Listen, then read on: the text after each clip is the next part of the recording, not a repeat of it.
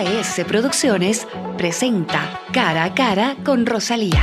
Bienvenidos, queridos amigos, a este programa en el que nuevamente vamos a hablar sobre un tema que se está volviendo recurrente en todos los espacios y es el de la inteligencia artificial, tanto por las proyecciones que tiene, las oportunidades, pero como también las amenazas, ¿no? Y en este sentido, pues vamos a hablar el día de hoy de inteligencia artificial y gobierno abierto. Para ello conversaremos con expertos porque pensamos que indudablemente todos tenemos que estar al tanto de cuáles son esas oportunidades. Tenemos la presencia en este momento de José Luis Ros Medina. Él es director académico del Máster de Administración Electrónica y Gobierno Abierto de la Universidad Internacional de La Rioja, UNIR. Es doctor en Sociedad y Desarrollo. Tiene un MBA especializado en áreas como gobierno abierto, integridad pública, transparencia, rendición de cuentas, participación ciudadana, sostenibilidad e inteligencia artificial. Ha liderado iniciativas en el ámbito internacional como el Congreso Internacional de Estado Abierto y Gobernanza. Además es secretario ejecutivo de la Red Académica de Gobierno Abierto Internacional, coordinando el capítulo español. Bienvenido, José Luis, al programa. Muchísimas gracias. Bien, vamos a empezar por la parte de gobierno abierto. ¿Qué significa un gobierno abierto? Bueno, un gobierno abierto es lo opuesto a un gobierno cerrado. ¿Y cómo lo definiríamos? Obama, en el memorándum, el primer día que llegó, firmó un memorándum que asentó un poco los principios, y era transparencia, participación y colaboración. Desde entonces hemos ido trabajando sobre esos tres principios, que son los que hacen el gobierno abierto. Pero yo diría, sumaría la integridad, también es consustancial a un gobierno abierto, y la rendición de cuentas. No solamente hay que ser transparente, hay que explicar por qué se hace lo que se hace, por qué no se hacen otras cosas. ¿Cómo se llegó a esos resultados también? Claro. Ahora, todos los gobiernos dicen que son un gobierno abierto, pero ¿esto es tan real? No. Lamentablemente no es tan común, y es verdad que hay, por ejemplo, los índices de percepción de la corrupción, tenemos más corrupción de la que nos gustaría y tenemos menos transparencia también de la que nos gustaría. Ahora se suma la inteligencia artificial a este menú que estamos conformando. Sí. Y lo que pasa es que muchos gobiernos creen que simplemente por subir cosas a la web o a la página ya es un gobierno abierto, cuando muchas veces son trampas y son obstáculos para llegar realmente a lo que se quiere. Por ejemplo, obras públicas, ¿no? Compras públicas. Entonces dice, compras públicas está abierto y todo el mundo puede entrar y puede ver las bases y todo, pero el portal para realmente entrar a participar se abre a las 12 de la noche. Entonces, indudablemente, ¿de qué gobierno abierto hablamos? Claro, es que a veces publicar más información no es ser más transparente. La información tiene que ser de calidad, tiene que ser realmente útil a la ciudadanía y tiene que estar en un formato amigable, accesible. A veces hay que comunicar en distintos lenguajes para que se entienda. No es lo mismo comunicarle a una persona joven que comunicarle a una persona de una comunidad indígena. Hay que adaptar el lenguaje para ser realmente abierto. Y bueno, ahí hay un esfuerzo que los gobiernos tienen que hacer y que no muchas veces lo consiguen. Y también a veces pasa la poca duración de gobernantes y funcionarios hace que otra vez se tenga que empezar cuando no debería, estos procesos deberían ser continuados. Exacto. Los lugares donde más calidad de gobierno hay del mundo, algunos como los países nórdicos, una cosa que destaca es que hay continuidad entre las políticas y son políticas de Estado, no políticas de gobierno. Entonces viene un gobierno y no deshace lo que hizo el anterior, sino que construye encima de lo que hizo el anterior. Así realmente hay una progresión de lo público. Parecería que es algo de sentido común, pero que no se aplica. José Luis, ¿cómo entra la inteligencia artificial y la posibilidad de mejorar estos gobiernos abiertos? Pues ahora mismo tiene una potencialidad casi insospechada, porque es lo que se viene a llamar ahora gobiernos inteligentes. Y los gobiernos inteligentes yo siempre digo que deben ser dos caras de la misma moneda, gobiernos abiertos e inteligentes. Y creo que es una gran posibilidad la de la inteligencia artificial para transparentar y para rendir cuentas, pero es que si no lo hacemos con criterios éticos, si no aplicamos la IA con criterios éticos, probablemente ni va a tener legitimidad, ni se va a entender e incluso la gobernanza se va a ver resentida. Indudable. Estas capacitaciones que se vienen dando a gobiernos como el ecuatoriano, ¿hacia dónde apuntan y cuáles son las preguntas recurrentes y las inquietudes que tiene la gente después de este par de charlas que se han dado ya? Pues muchas veces te preguntan por los riesgos, porque la inteligencia artificial es verdad que tiene muchos riesgos, alucinaciones, protección de datos. ¿Qué pasa con el uso de los datos cuando los subimos a esos servidores que en la mayoría de ocasiones no están en el país de uso? Entonces, es verdad, los riesgos llaman mucho la atención. Claro. Existen y son altos. Además, también la IA se puede usar para cosas que no son buenas, para la desinformación, para el crimen organizado, para el control. También nos podrían controlar más fácilmente con inteligencia artificial. Entonces, de esas cosas se habla mucho en las conferencias, es una de las cosas que más me preguntan. Y también cómo llevarla a la práctica, cómo ejecutarla, cómo aplicarla, eso es algo que preocupa mucho. ¿Y cómo se hace? ¿Cómo se aplica la inteligencia artificial a un gobierno local o nacional? Pues hay dos líneas o dos grandes vías. Por un lado, los desarrollos exprofeso, los desarrollos adaptados a un gobierno.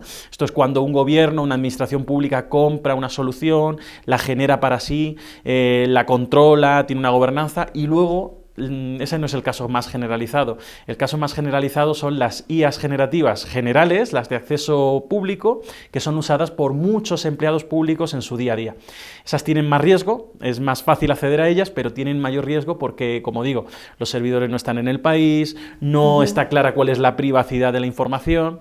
Entonces es peligroso que se introduzcan ciertos datos en esos servidores porque ¿qué pasa con esa información? Es decir, se pueden maximizar los errores porque indudablemente ya hemos tenido temas de corrupción, de poca transparencia, etcétera. Por eso cuando menciona a los países nórdicos que funcionan mejor las cosas, porque siempre han tenido mejores estándares de anticorrupción, de transparencia, cuando no existía inteligencia artificial. Entonces, esas buenas prácticas las pasaron a inteligencia artificial, pero también las malas prácticas se pueden pasar. Totalmente, también las malas prácticas puede servir para lo malo, la inteligencia artificial. De hecho, sirve actualmente. Yo en las charlas los decía. Ahora mismo con 30 segundos de nuestra voz, 20 segundos de nuestra voz, se puede clonar perfectamente nuestra voz. De manera que si eso nos pasa y le llega a un familiar nuestro un audio suplantando nuestra identidad, por ejemplo, soy hijo único, estoy aquí en Ecuador de visita. Si a mi madre le llega un audio mío suplantando mi identidad, diciéndole cualquier disparate, se lo va a creer probablemente. Entonces, los riesgos son muy altos también y vamos a tener que intentar, no sé, inventarnos nuevas soluciones para estos nuevos problemas. ¿Y qué hacen ustedes en esta Academia de Gobierno Abierto Internacional para trabajar y mejorar los sistemas? Bueno, es una red académica, lo que tenemos muy claro en las redes, yo creo que en UNIR también es una casa donde se tiene muy claro, es que colaborando entre distintos actores, entre lo público, lo privado, entre distintos países, entre académicos de distintas, incluso sectores, podemos llegar mucho más lejos. Y la red académica también lo hace, es una red iberoamericana, hay más de 1000 académicos, trabajamos mucho con la CEPAL, con los cooperantes, y lo que tenemos claro es que la academia a día de hoy tiene que colaborar, tenemos que participar en redes internacionales para desarrollar un conocimiento más potente, sobre todo en un momento en que la academia y los sectores públicos y privados en Latinoamérica en estos puntos están totalmente rezagados. ¿Qué le diría si usted fuera asesor del gobierno actual que acaba de inaugurarse en nuestro país en relación a gobierno abierto e inteligencia artificial?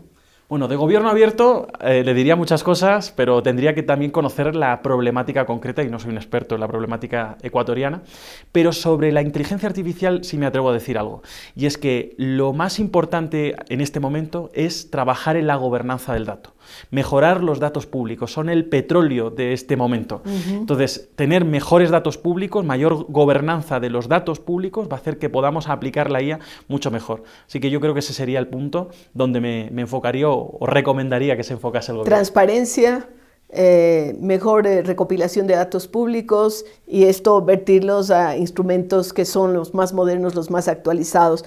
De la experiencia que tiene y de lo que está pasando ahora, por ejemplo, en Estados Unidos, con toda la problemática con los otros gobiernos, ¿qué nos dice de que la potencia más importante del mundo, más grande en un momento determinado, esté con una serie de vaivenes y de cosas? ¿Cómo esto va a afectar a la credibilidad de instrumentos como la inteligencia artificial? No le ayuda. Esta guerra comercial que tenemos no ayuda mucho a que Estados Unidos siga teniendo ese liderazgo. De hecho, precisamente, lo comentábamos, la mayor generación de patentes y el mayor número de modelos de inteligencia artificial están en Estados Unidos y en China. Es como una especie de segunda guerra fría tecnológica, una carrera, ya no por llegar a la luna, pero sí por tener las inteligencias artificiales más desarrolladas. Y lamentablemente, la guerra comercial de Estados Unidos no le ayuda a seguir teniendo ese liderazgo. Es más probable hoy que ayer que China digamos, adelante a Estados Unidos en esa carrera. Y yo creo que al resto del mundo nos interesaba también tener una colaboración con Estados Unidos para generar mejores herramientas y herramientas más democráticas, que eso es importante. Indudable. ¿Es correcto hablar de la inteligencia artificial o las inteligencias artificiales? Yo creo que las inteligencias. Porque no es una sola, ¿no? Son muchísimas, son muchísimos sistemas. Depende de los creadores. Exacto, no están conectados entre sí de momento. En el momento que lo lleguen a estar ya veremos a ver lo que sucede, ¿no? Pero sí, son las inteligencias artificiales y al final son muchas. Se están generando en China muchas ahora últimamente. O sea que hay muchos sistemas y aplicaciones también muy insospechadas. Estamos a punto de experimentar la revolución de la inteligencia artificial simbólica y la subsimbólica es la que estamos viendo, las IAs generativas. Subsimbólica. Sí. ¿Ya? Y la simbólica es la que está ahora, en estos años, llamada a protagonizar grandes ¿Y qué es la inteligencia revoluciones artificial simbólica? La simbólica es un tipo de inteligencia artificial. Aquí yo siempre pongo en mis conferencias una imagen de la conferencia de Dartmouth, que es los padres de la inteligencia artificial, que salieron las dos grandes ramas. Y la simbólica se estructura más parecida a árboles de decisión y la subsimbólica más a redes neuronales. La que conocemos, las grandes que conocemos ahora mismo, son las que funcionan como redes neuronales. Las otras, o la otra familia está un poco más atrasada, pero está llamada a protagonizar grandes cambios y grandes avances que vamos a verlos en nuestro día a día. ¿Qué tiene que ver con la inteligencia artificial generativa y por qué se llama generativa? La generativa es porque, son los Large Language Model que se llaman, que es inteligencias artificiales que trabajan en nuestro lenguaje. Lo revolucionario de la IA es que trabaja en nuestro propio lenguaje, no como lenguajes informáticos. Algorítmicos. Claro, antiguos, y no nos comprende. Y es capaz también de producir resultados en ese mismo lenguaje. Yo pongo un ejemplo muy gracioso en mis conferencias, y es que el otro día estaba en Costa Rica dando una charla sobre IA y me decía un amigo, me tomaba un café y me decía yo, ¿usáis lejía para limpiar el suelo en Costa Rica? Y me decía, ¿lejía qué es eso? Y entonces yo le pregunté a ChatGPT, ¿cómo se dice lejía en Costa Rica? Y me dijo, cloro. Se usa cloro. Si en España decís cloro, no lo entiende nadie. Claro. Entonces la IA nos comprende y nos interpreta entre nosotros. Esa es la gran revolución, porque está como mediando entre los seres humanos. No hace falta que aprendamos otro lenguaje. Así que bueno. Y nos da servicio en el día a día, ¿no? Muchísimo. Como ese tipo de preguntas que se hacen de significados o de datos específicos. José Luis trabaja también en el ámbito de educación, es maestro, es docente, ¿verdad? ¿Cómo está influenciando la IA en su diaria rutina de dictar clases, tomar exámenes, pedir que hagan trabajos? ¿Cómo lo está haciendo? Muchísimo, porque ya todos los estudiantes usan inteligencia artificial y los profesores también la usamos. De hecho, la UNIR está regulando y está avanzando mucho, está generando procesos internos apoyados en inteligencia artificial. Yo participo en algunos grupos de trabajo, también lidero un grupo, o soy investigador principal de un grupo sobre gobierno abierto e inteligencia artificial aplicada a la administración pública, pero te das cuenta que está revolucionándonos. Tenemos que aprender a que nos sume, no a que nos simplifique. Yo siempre digo a mis alumnos que no te lobotomice la inteligencia artificial. Tienes que seguir pensando por ti mismo. Así es. Es el reto. El reto que tenemos encima de la mesa. Además, en España se publicó hace muy poquito un estudio que decía que las comunidades autónomas donde más se había digitalizado la educación tenían peor desempeño en el informe PISA. Entonces, nuestro reto es que tenemos que abrazar la revolución tecnológica, pero aprovecharla y darle un enfoque humano, porque si no, ¿de qué sirve? Totalmente de acuerdo, hay que aprovecharla y no dejar que nos sobrepase, ¿no? Porque la inteligencia humana debe estar por encima de la inteligencia artificial, la inteligencia emocional, la capacidad de generar ideas debe seguir siendo más humana que artificial. Gracias a José Luis Ros Medina, quien nos ha hablado sobre inteligencia artificial y gobierno abierto. Y con ustedes, queridos amigos, regresamos luego de una pausa.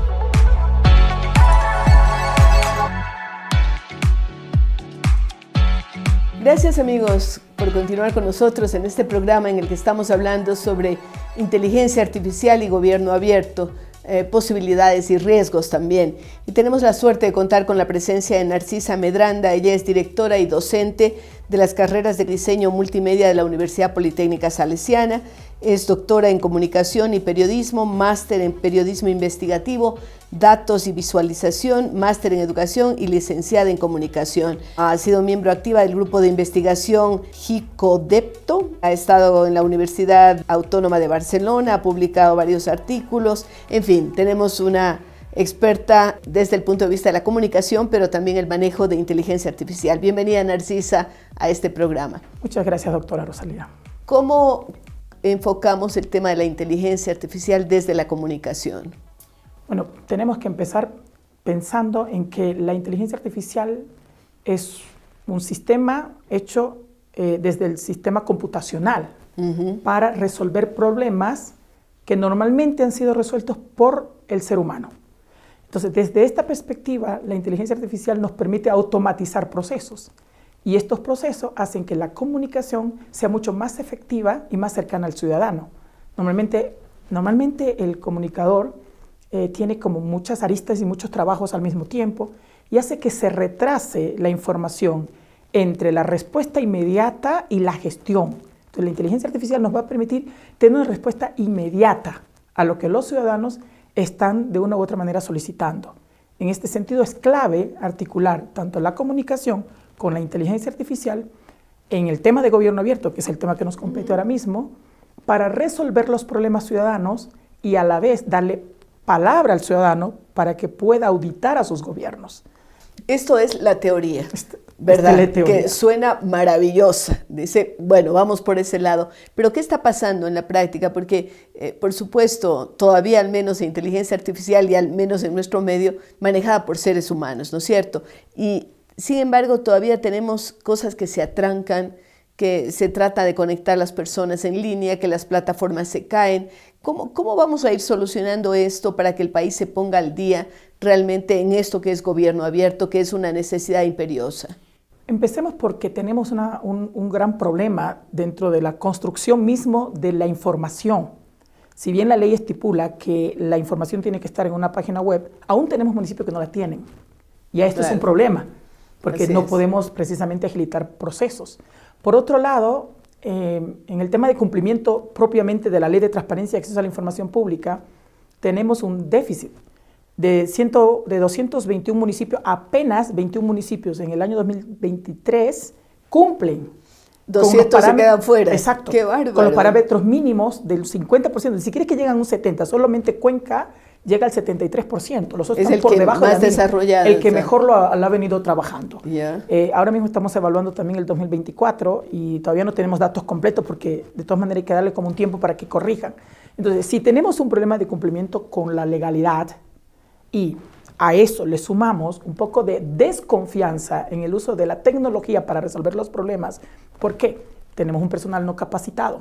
Tenemos un personal que cree que la inteligencia artificial es un problema y no una solución. Claro, o piensan que hay que usar el chat GPT para hacer rápido alguna tarea y punto, se acabó, ¿no? Exacto, porque además no se piensa en la inteligencia artificial, no solamente desde chat GPT, sino toda la inteligencia artificial, mirada desde la filosofía también. Y cómo hacer un prompt que obedezca a las necesidades que estoy buscando. Entonces le tengo que dar un valor y le tengo que dar un rol. Ahora, por un lado tenemos esto, gente que hace preguntas, dime qué edad tengo. Sí. Y que no necesariamente es una respuesta fiable. Y por otro lado, también la elección de personas que trabajan dentro de las, hablemos de los municipios, del gobierno abierto, de las instituciones que están más cercanas al ciudadano, que normalmente son personas contratadas a dedo. ¿Por qué? Porque es amigo del alcalde, es amigo del concejal. Participó en la campaña. Participó en la campaña y que normalmente tampoco tiene las habilidades para enfrentarse a este mundo tecnológico cambiante constantemente y que te permite resolver problemas. Entonces se quedan gestiones, respuestas ancladas allí a la voluntad política y no a la necesidad ciudadana. Entonces tenemos dos problemas, falta de cumplimiento de la ley por un lado, por otro lado desconocimiento del tema tecnológico y por otro lado el tema de elección a dedo de claro, quienes y la ejercen. capacitación a los funcionarios. Ahora, ¿qué hacer, Narcisa? Usted como experta, ¿qué recomendaría, por ejemplo, a los municipios? Las autoridades locales siempre están más cerca de la ciudadanía, ¿no? Y esto haría que evidentemente uno espere que los municipios, por no decir las juntas parroquiales y todos los otros organismos que son gobiernos locales, puedan de alguna forma ponerse al día. ¿Cómo hacerlo? Bueno, empezar por capacitar a su gente. Primero hay que desmitificar y dejar de satanizar a la inteligencia artificial y verla como un aliado. ¿Así la ve usted? Sí, totalmente. Que me permite desde una formación completa, integral, resolver problemas. Entonces, yo creo que los municipios deberían colocar, pensando en municipios, pensemos en las instituciones públicas o todas aquellas que usan fondos del Estado, un poco para transparentar, pensando en el gobierno abierto inclusive, en dejar un presupuesto que permita la capacitación de todos los responsables, todos quienes hacen acción, quienes hacen gestión dentro de estas instituciones. ¿Para qué? Porque estas instituciones están al servicio de la ciudadanía. Y si están al servicio de la ciudadanía, la respuesta tiene que ser inmediata. No puede ser una administración lenta que dificulta la gestión. Tiene que ser una respuesta rápida. Pensemos en el gobierno de Estonia, por ejemplo, uno de los gobiernos con mayor accesibilidad y mayor digitalización de procesos. ¿Cómo ha mejorado su gestión a partir de utilizar IA para darle respuesta al ciudadano? En España, por ejemplo, hay algunos ejemplos súper interesantes donde se está utilizando la IA precisamente ¿para qué? Para que diga qué pasa con la calle tal, qué pasa con la ciudadanía aquí, qué pasa con los buses. ¿Por qué los cables están tendidos de esa forma inconsulta en las calles, ¿no? Exacto, y la ciudadanía está constantemente como alimentando esa enfermedad y le da de una u otra manera temas que tiene que resolver la institución pública. Nosotros tenemos solo como ejemplo, ¿no? Sí. Tenemos una experiencia súper linda que es una app que hemos hecho, una web app, para resolver los problemas de la protección de datos. Entonces, ¿qué hacemos? Que es otro tema fundamental. Exacto, ¿qué hacemos? El ciudadano solicita una información, pero sus datos no pueden estar en abierto. Entonces hay una contradicción. Por un lado, la ley de transparencia que te pide que la información tiene que estar abierta, pero por otro lado, la protección que te dice que tiene que proteger los datos del ciudadano. Entonces nosotros, a través de la inteligencia artificial, construimos una web app donde permitimos eliminar aquella información que pone en riesgo, más aún en una sociedad tan conflictiva como la ecuatoriana en este momento, donde los datos personales te pueden llevar a secuestros, te pueden llevar a todo lo que ya conocemos. Claro. Exacto. Entonces, el Estado y las instituciones públicas tienen que velar por proteger a la ciudadanía. Entonces, la app elimina automáticamente en automático aquellas que no son pertinentes y que no es necesario que estén allí visibilizadas. Precisamente para el gobierno abierto. Entonces, ¿qué hacemos? Eliminamos nombres, apellidos, correos, números de cédulas, todo el tema de códigos que te permiten visibilizar quién eres, dónde estás y todo esto.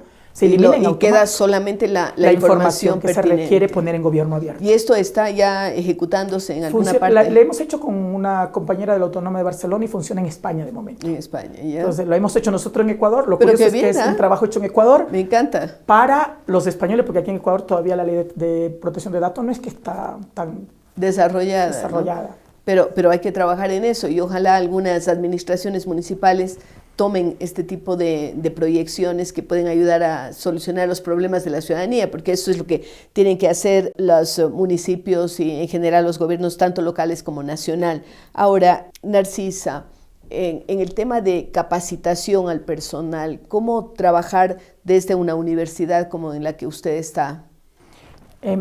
Me parece que en Ecuador somos muy pocos los que trabajamos el tema de transparencia y vinculada a la IA. En ese sentido, nosotros queremos hacer un reconocimiento de las buenas prácticas comunicativas. Quiero aclarar esto porque a veces se confunde con, están premiando a los corruptos. No, no. Práctica comunicativa del acceso a la información pública. Yeah. Y cómo se hicieron sus negocios, allí usted no interviene. No. Pero es en la forma de comunicar. La forma de comunicar, para que la ciudadanía esté informada y al estar informada, elija bien a sus representantes políticos. Yeah. Entonces, en ese sentido, nosotros vamos a hacer la premiación, espero a finales de julio, de los gobiernos que han cumplido, de estos 21, con el tema de la ley. Ya al menos ese es un primer paso. Primer paso. Cuando los otros se sientan que no han cumplido, esperamos una reacción. ¿Y esto lo van a hacer a través de qué organización? A través de la Universidad Politécnica Salesiana. Ya. Y esperamos una reacción. Con esa reacción lanzaremos un pool de formación a los responsables de la información pública, sobre todo. Yeah. Y a quienes están con algún tema directamente vinculados a la ciudadanía. de manera que se puedan generar acciones desde una vinculación, obviamente, que permita al servidor público capacitarse, aprender, dejar de satanizar y usarla para el bien a la inteligencia artificial. Ahora, ¿qué riesgos tiene el uso de la inteligencia artificial? Usted acaba de mencionar para el bien, que esto es fundamental. ¿Cuál es el riesgo? Creo que no utilizarla de una manera responsable y ética. Es más, cuando nosotros pedimos alguna información y bien solicitada a la IA, ellos mismos te dicen ética y responsabilidad. Entonces, por ejemplo, el uso de la información pública, de los datos que hablábamos hace un momentito, puede ser un riesgo porque puede vulnerar al ciudadano. La privacidad. La privacidad. Entonces, hay que cuidar mucho y ahí yo creería que hay que trabajar con información como estos bots, ¿no? Que tú pones y automáticamente te responden, para no correr el riesgo de vulnerar al ciudadano, pero también vulnerar la información que es privada. No toda información se puede subir a la IA.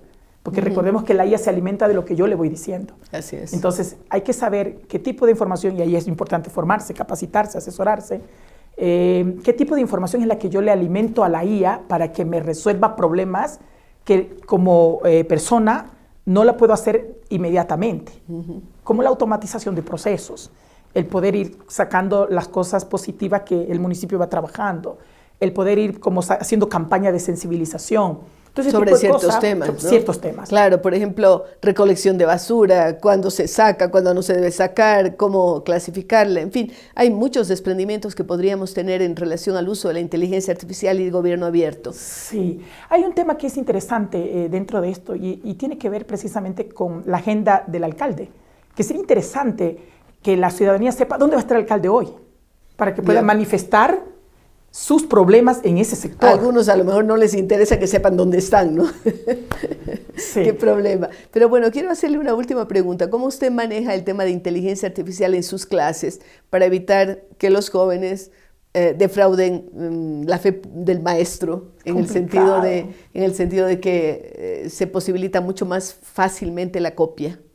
A ver, yo no le prohíbo, porque prohibirle va en contra de lo que estoy justamente comentando ahora mismo.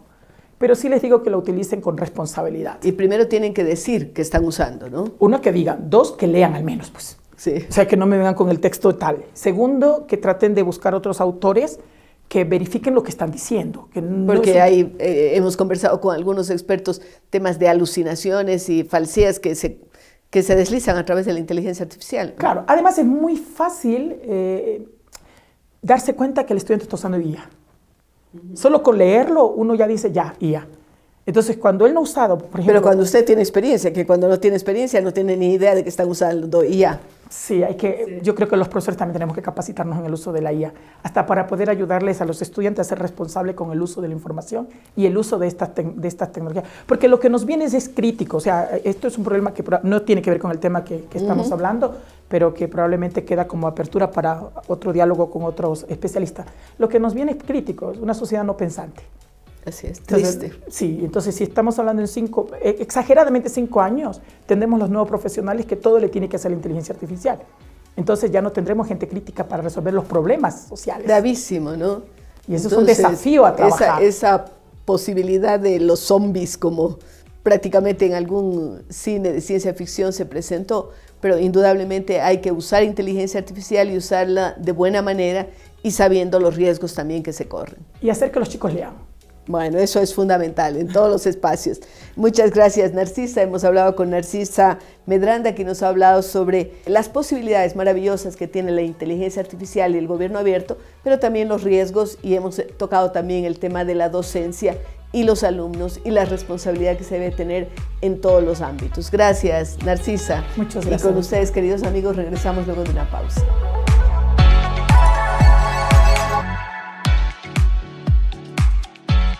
Gracias por continuar con nosotros y agradecemos también la presencia de Juan Pablo Espinosa, líder de innovación en CEDEPRO y director de Governance Ikigai.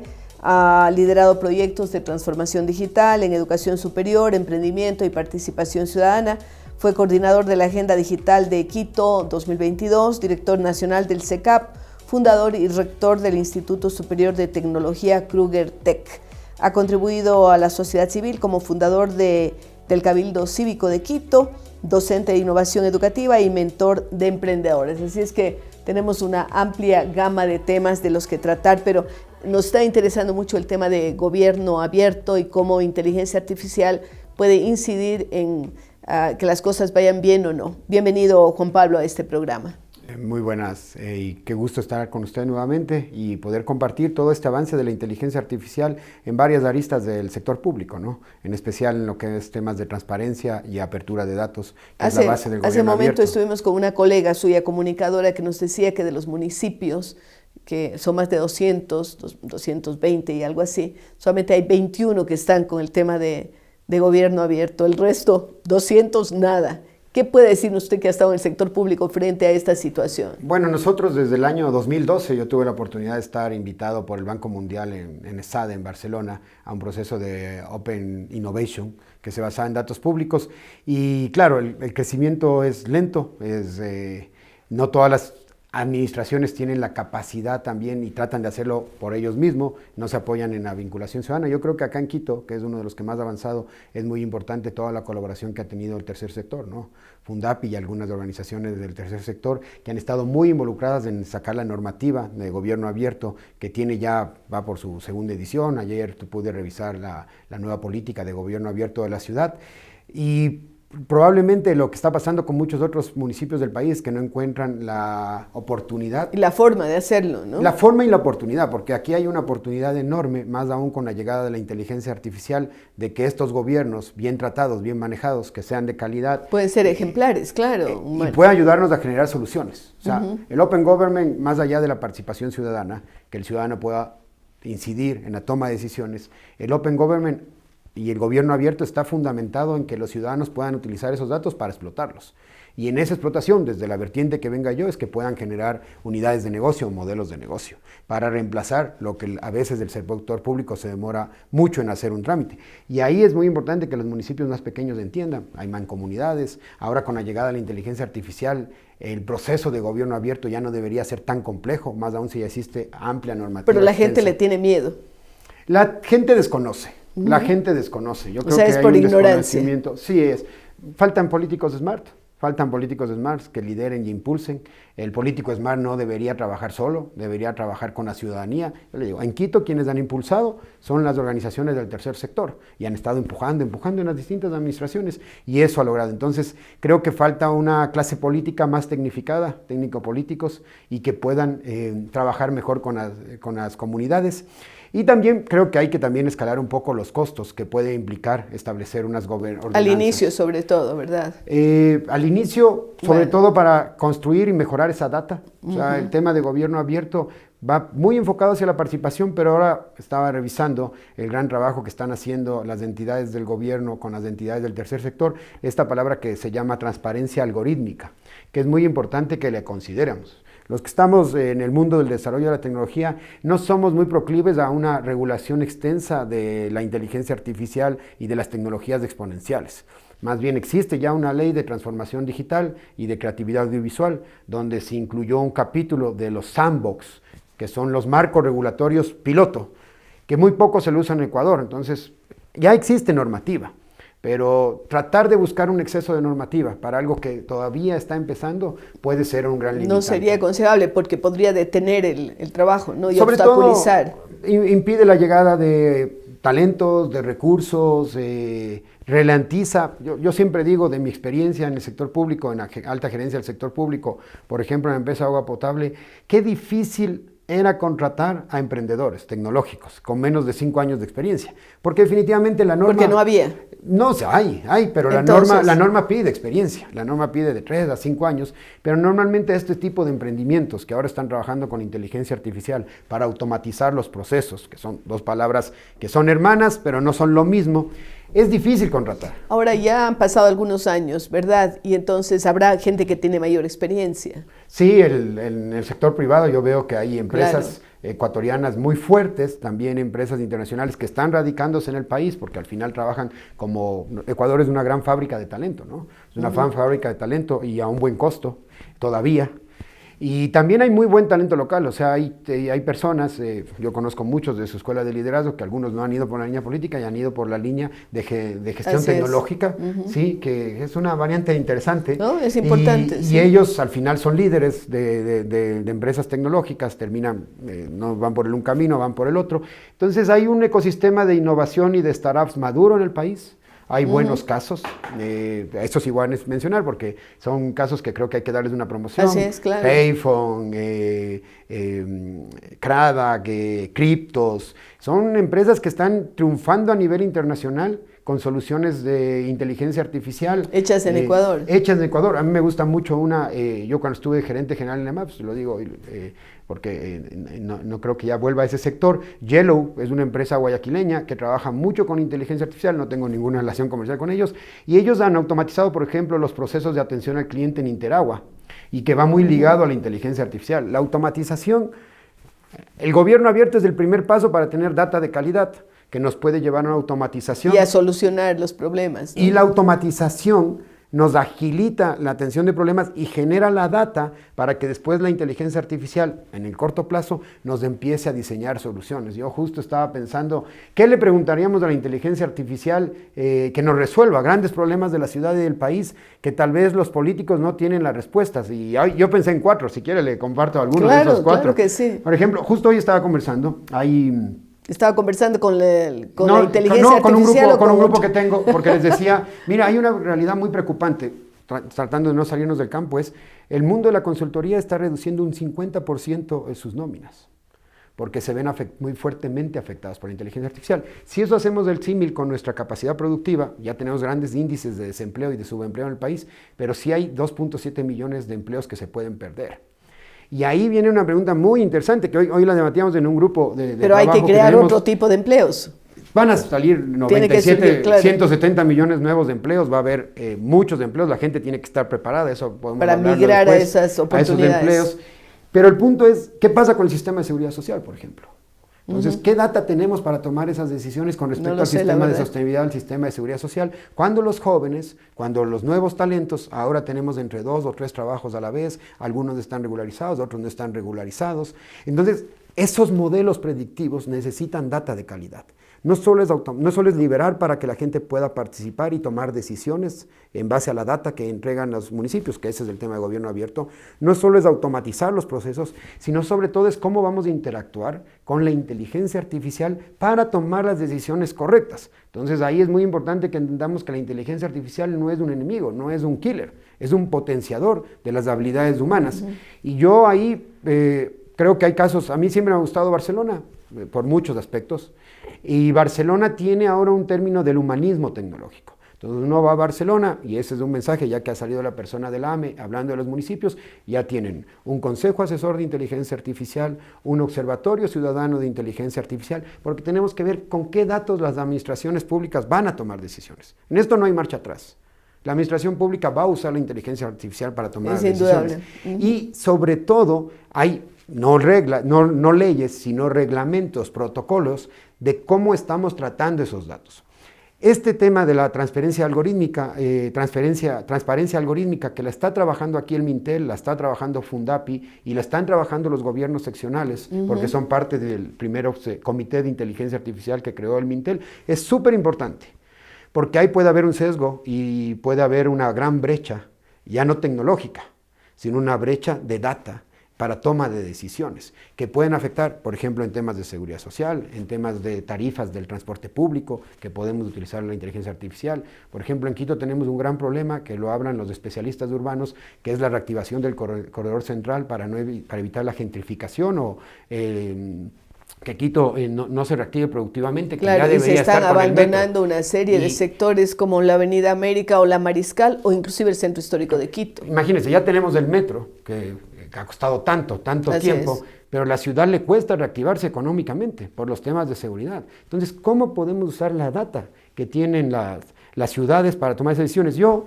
recientemente, en un proceso formativo que tuvimos con Fondos BIT, tuve la oportunidad de poder reentrenar a mis compañeros en la empresa de agua potable. Proceso muy interesante porque aprendieron analítica de datos. No tanto con IA, ¿sí? Porque la IA venía un poquito más lenta, Pero aprendieron analítica de datos y hoy están trabajando en un proyecto muy bonito, que es un centro de experiencia del usuario, un CX, para la mejora de la atención al público en la empresa de agua potable, que siempre ha sido una pionera. Y a mí me alegra eso porque yo les decía hace 6, justo cuando empecé el proceso, me llegó por primera vez la planilla del agua por correo. Y les dije, vean, y tanto de la eléctrica como del agua, dije, bueno, ya por lo menos 8 años después lo hemos logrado, se ha logrado ese proceso, pero ahora toda esa data, ¿cómo se utiliza para reducir el estado y dar una mejor atención al ciudadano? Ahora, ¿qué hacen ustedes, Juan Pablo, con este Ikigai y también con CEDEPRO? ¿Qué es lo que están haciendo? Bueno, yo tengo ahí, como uno dice, varios sombreros. Bueno, en Ikigai nosotros formamos directores independientes para la mejor toma de decisiones en empresas, especialmente en empresas familiares. Y ahí es muy importante, ahora, justo hoy están en certificación, esto también es con fondos BID. El BID invierte y con el apoyo de la UDLA y de Ikigai, que yo soy miembro director independiente de Ikigai, del área de innovación, hay una inversión en especializar a los miembros de directores de las empresas. Porque ahora hay 2 temas que son muy importantes: innovación tecnológica y automatización, y sostenibilidad. Y no importa si la empresa es pequeña o es grande, debería trabajarse. La mayoría de empresas en el Ecuador son pequeñas. Son pequeñas, y sí. Son pequeñas y son familiares. Así es. Y ahora está llegando ya la tercera generación a tomar el mando de las empresas, que son una generación muy tecnológica, muy smart. Sí, y que a veces puede llegar a tener problemas inclusive de liquidez financiera si no hacen las cosas bien, ¿no? Sí, y si no trabajan bien con elementos como la inteligencia artificial. Yo pienso que uno de los mayores campos que ha crecido, ahora le cuento un poco qué hacemos en CEDEPRO. En CEDEPRO al final estamos creando una evaluación, ¿sí? Que ayude a identificar cuáles son los mejores institutos tecnológicos del país. Yo acabo de venir de la creación de otro instituto tecnológico y los jóvenes, y usted también que está en educación, mucho tiempo haciendo formación de profesionales, los jóvenes quieren estudiar carreras más cortas. E insertarse en el mundo laboral lo más temprano. Y ahí yo lo tuve en el proceso de creación de carreras. Yo creé una carrera que se llama Ventas Digitales con IA. Y había una discusión porque a nivel del tecnólogo, la norma nos dice que no puede tomar decisiones gerenciales porque solo está en el saber hacer.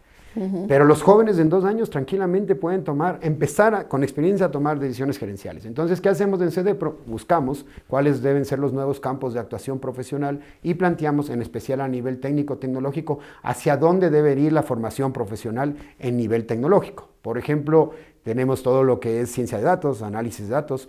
Ciberseguridad del país necesita muchos profesionales y es muy difícil insertar a los jóvenes todavía en el campo de la ciberseguridad. Son carreras todavía muy costosas, que tal vez el conocimiento está muy, muy avanzado y cuesta bajar costos para dar una formación. El propio tema de inteligencia artificial.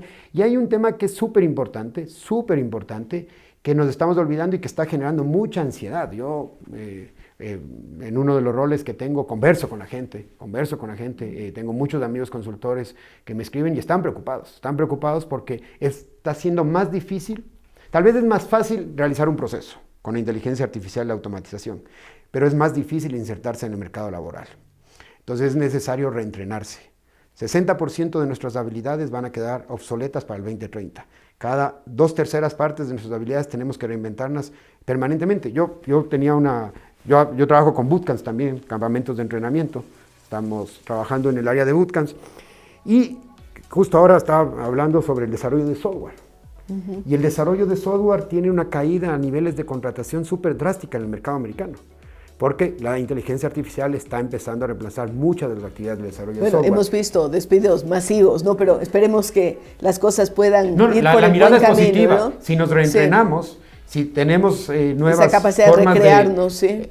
Yo justo... El campo más importante que tiene el ser humano en este momento y por las próximas décadas es el pensamiento estratégico y el pensamiento y la formación. Y eso hay que llevarlo desde el sector público a procesos de automatización, a procesos de uso inteligente de la data para mejorar algunos servicios, pero también el sector público tiene que ser consecuente con esta crisis de empleabilidad que existe y dar apertura a que haya más posibilidades del sector privado trabajando con el sector público. Indudable. Tenemos todavía muchos temas de los que hablar con Juan Pablo Espinosa. Queremos agradecerle por haber estado con nosotros y gracias, queridos amigos. Nos vemos luego de una pausa.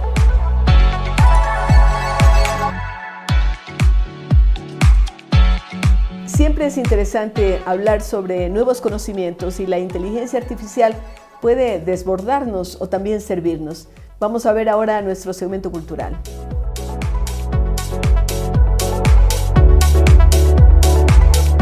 En días pasados, Fundación para la Integración y Desarrollo de América Latina, FIDAL, y la Fundación Konrad Adenauer en Ecuador firmaron un acuerdo de cooperación para fortalecer el foro permanente de exministros de Educación. Nosotros estamos muy animados porque creemos que este bagaje de conocimientos que tenemos los exministros tiene que aprovecharse para las administraciones públicas, para generar políticas públicas, para hacer análisis de lo que está pasando con educación en el Ecuador. Creemos que lo más importante en un país es el nivel y la calidad educativa de sus habitantes. Así es que queremos agradecer la presencia de ustedes y la firma el día de hoy del convenio. Este espacio busca aprovechar la experiencia de los exministros para impulsar la transformación del sistema educativo ecuatoriano mediante propuestas innovadoras, sostenibles y orientadas a la excelencia. Pero justamente que podemos hacer ese esfuerzo gracias a la iniciativa de la doctora Arteaga de trabajar el tema con exministros de educación, me parece fundamental que podamos tener muchos insumos que ojalá, y eso vamos a trabajar por parte de la Fundación, hacer llegar también a los mandatarios para que puedan entender que ese tema no es un tema que ellos puedan simplemente desde la política definir, sino desde la sociedad civil nosotros tenemos que estar presentes con concretas propuestas que puedan servir al país, y a todos nosotros. El Foro Permanente de Exministros de Educación cuenta con el respaldo de líderes con amplia trayectoria en el ámbito educativo, con el objetivo de incidir en la formulación de políticas públicas de largo plazo que contribuyan a construir un mejor futuro para la educación del país.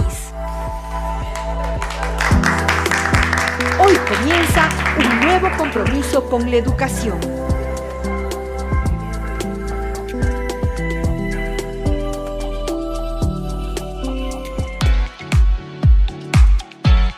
Como siempre, tenemos algo interesante de la comunidad en ¿Qué pasa con? RFS Constructora reafirma su liderazgo en el sector inmobiliario con la presentación de su nuevo proyecto Miramonte. El evento se realizó en el Teatro de la Scala Shopping, donde más de 300 invitados entre aliados, clientes y medios conocieron esta propuesta residencial ubicada en Cumbayá. La jornada incluyó la presentación especial de la reconocida actriz Juana Guarderas. El gran chisme que hoy de noche es que se revela. ¡Oh! El último proyecto maravilloso, digo el último, el más novedoso, el que está ahorita presente, ¿no es cierto?, de vivienda de RFS, que es la octava maravilla, cholitos, que es como decir el último tren a Londres, la joya de la corona, como decir la única biela pescuezuda bien helada en el desierto. Mejor dicho, es el proyecto más anhelado, más codiciado aquí en Cumbayosco.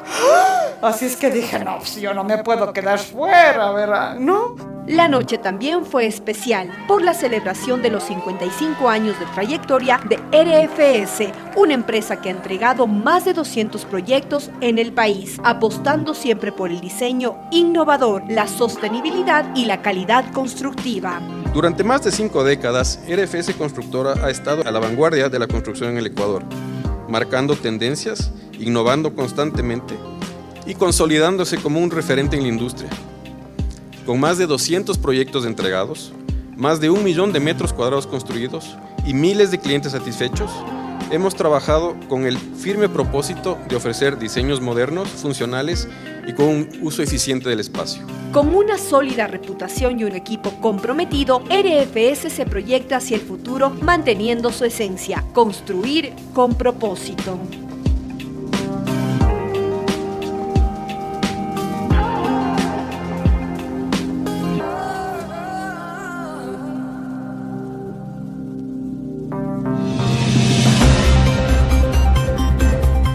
Un saludo, queridos amigos, bienvenidos a la lectura de este editorial que lo he titulado Hacer la letra chica grande. Casi parece un trabalenguas. Vamos a ver qué hemos escrito sobre esto. Siempre me preocupó, pero ahora con mayor razón, la letra chica de los frascos y envases de medicinas, así como también la que consta en esos pequeños papelitos que acompañan a esos envases. A veces veo a los médicos que recetan, a los farmacéuticos y empleados de boticas, a las enfermeras, estirar los brazos, ajustarse los anteojos y hacer esfuerzos ímprobos para leer los papelitos y los envases de marras. Por supuesto, yo hace tiempo que he renunciado a intentar siquiera leer esa letra diminuta que parece decrecer con el tiempo y que nos causa tantos problemas a quienes ya no somos unos jovencitos y cuya capacidad visual disminuye como consecuencia del paso de los años. ¿Por qué no hay una exigencia de parte de los ministerios del ramo, de las autoridades competentes, de hacer que la letra tenga un tamaño razonable, considerando sobre todo las dificultades que esto entraña para las personas de la tercera edad, que tienen que leer sobre todo la posología para estar seguros de ingerir los medicamentos en las dosis adecuadas? Seguramente nos evitaríamos muchas dificultades y confusiones solo con agregar unos puntos o unos milímetros a esas letras que parecen hechas y colocadas especialmente para evitar su lectura. Y eso que no hablamos de la letra chica de los contratos, a eso nos referiremos en otra ocasión por los innumerables problemas que produce su falta de accesibilidad en términos de lectura y que tantos equívocos y dificultades legales producen. Gracias por escucharnos y ojalá nos hagan caso. Si queremos construir mejores instituciones, tenemos que partir desde la base, desde los cimientos, desde la ética, desde la lucha contra la corrupción y, por supuesto, podemos utilizar inteligencia artificial, pero también esta puede desviarse si no partimos de esas bases importantes. Queremos también decirles, queridos amigos, que estamos preparando con mucho entusiasmo nuestra Feria Educomunidad, una feria en donde tendremos mucho sobre educación, pero también sobre sostenibilidad, los días 14 y 15 de octubre en el centro de convenciones que queda precisamente en el Parque Bicentenario. Por otro lado, estamos recabando historias que son aquellas que integrarán el Club de las Abuelas y queremos también invitarles a que sigan nuestras redes sociales que aparecen en pantalla. Y queremos despedir nuestro programa con un poema del gran Rubén Darío, uno de los favoritos desde la adolescencia, un poeta nicaragüense y además uno de los más importantes del modernismo. Su obra abarca desde el lirismo romántico hasta una crítica más madura del mundo moderno, con un estilo musical refinado y muchas veces simbólico. Este es un poema particular, se lo dedica a Juan Ramón Jiménez. Entendemos que hubo algún problema entre ellos y lo dice de una forma muy elegante, pero muy interesante también. Dice a Juan Ramón Jiménez: ¿tienes, joven amigo, ceñida la coraza para empezar valiente la divina pelea? ¿Has visto si resiste el metal de tu idea la furia del mandoble y el peso de la masa? ¿Te sientes con la sangre de la celeste raza que vida con los números pitagóricos crea? Y como el fuerte Heracles al león de Nemea, a los sangrientos tigres del mal darles caza. ¿Te enternece el azul de una noche tranquila? ¿Escuchas pensativo el sonar de la esquila cuando el ángelus dice el alma de la tarde? Tu corazón las voces ocultas interpreta, sigue entonces tu rumbo de amor, eres poeta, la belleza te cubra de luz y Dios te guarde. Qué interesante poema. Gracias por escucharnos y hasta la próxima semana.